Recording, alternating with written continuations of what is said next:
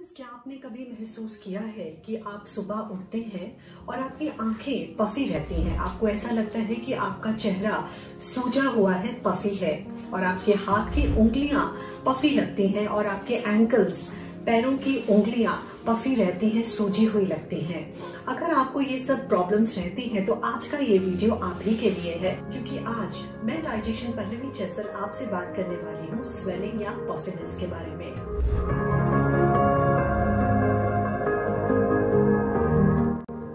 Friends, आप हमारे channel को सब्सक्राइब कीजिए और बेल बटन जरूर प्रेस कीजिए, बिकॉज जब भी हम कोई नया वीडियो अपलोड करेंगे आपको नोटिफिकेशन जाएगी और उस जानकारी से आप अपनी हेल्थ और अपनी डाइट को इम्प्रूव कर सकते हैं।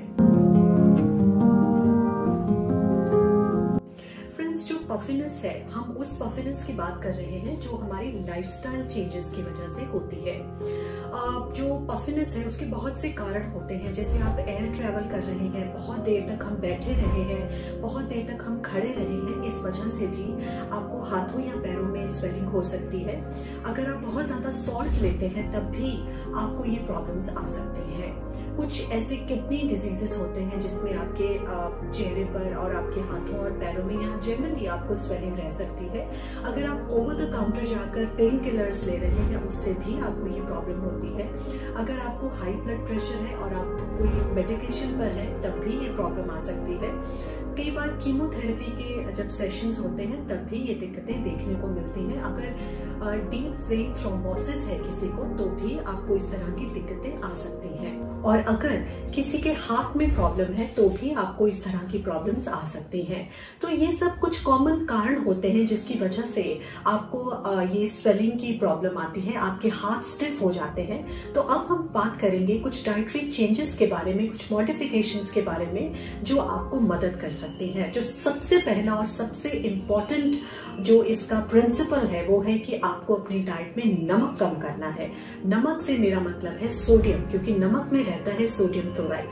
अगर आपको पफिनेस रहती है तो आपको अपनी खाने में आपको नमक तो कम करना ही होगा, लेकिन कुछ चीजें हैं जिनमें हिडन सॉल्ट होता है, जैसे कि सॉसेस हैं, पिकल्स हैं, पापड्स हैं, तो इनमें भी हिडन सोडियम होता है। जो भी प्रिजर्व्ड फूड्स होते हैं उनको प्रिजर्व करने के लिए जो भी प्रिजर्वेटिव्स डाले जाते हैं उनमें अच्छी मात्रा में सोडियम होता है जो आपको ये प्रॉब्लम्स दे सकता है।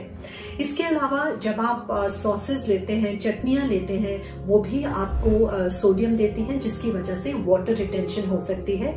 चेहरा या आपके जो लिम्स है वो पफी हो सकते हैं। एक और चीज मैं ऐड करना चाहूंगी, because most of us love Chinese food. Chinese food में रहता है Ajinomoto. Ajinomoto is monosodium glutamate, MSG जिसे बोलते हैं। That is a hidden source of sodium. और अगर आप रात को किसी शादी पर गए हैं, किसी पार्टी को आपने अटेंड किया है, तो अगले दिन आपको ये प्रॉब्लम ज्यादा होती है। व्हाई? बिकॉज जो बाहर का खाना है उसमें नमक की मात्रा ज्यादा रहती है, थोड़ी क्वांटिटी बढ़ जाती है, इस वजह से अगले दिन आप पफी फील करते हैं। तो इसके लिए भी मैं आपको एक नुस्खा बताऊंगी, लेकिन लेटर ऑन। इसके बाद आपको अपनी डाइट में पोटेशियम रिच खाने लेने हैं, जैसे कि बनाना है, उससे भी आपको ये पफिनेस या वाटर रिटेंशन कम होती है। डाइट में आपको बढ़ाना है विटामिन B6 जो आपको मिलता है वॉलनट, और आपको दूसरे नट से मिलता है और बनाना से भी मिलता है। आपको डाइट में मैग्नीशियम बढ़ाना है जो आपको नट से मिलता है, सीड से मिलता है और होल ग्रेन से मिलता है। इसके अलावा बार्ले वाटर यानी कि जौ का पानी मैं अपने पेशेंट्स को जिनको ये प्रॉब्लम्स रहती हैं मैं डेफिनेटली उनकी डाइट में इसको जरूर शामिल करती हूँ। बार्ले वाटर यानी जौ का पानी एक नेचुरल डायूरेटिक है जो आपकी बॉडी में से वाटर रिटेंशन को कम करने में सहायक हो सकता है। इसके बाद डैंडेलिन टी आपके लिए काफी अच्छा साबित हो सकती है। और एक बहुत ही जरूरी चीज आपने ध्यान में रखनी है, जितने भी प्रोसेस्ड फूड्स हैं, जैसे कि मैदे से बनी हुई चीजें, एक तो वो मैदा है, उसमें ग्लूटेन है, दूसरा उसको बेक करने के लिए, उसको पफी बनाने के लिए उसमें रहता है बेकिंग सोडा, जो कि सोडा है, जो कि सोडियम है, जो आपकी वाटर रिटेंशन के प्रॉब्लम्स को बढ़ा सकता है।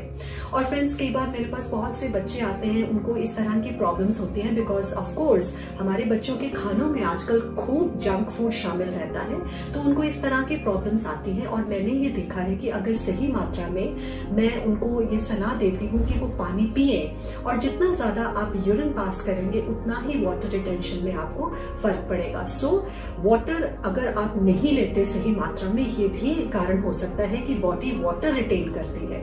तो ये कोशिश कीजिए कि आप ज़्यादा से ज़्यादा पानी पिए ताकि बॉडी में से सोडियम बाहर जाए और आप वाटर रिटेंशन से छुटकारा पा सकें।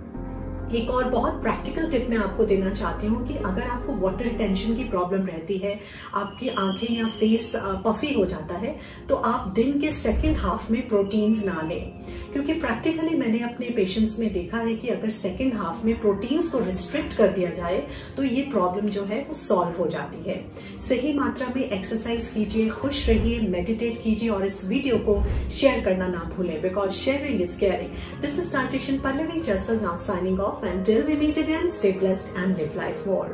अपनी जिंदगी में जोड़िए कई वर्ष और जिंदगी जोड़िए उन कई वर्षों में।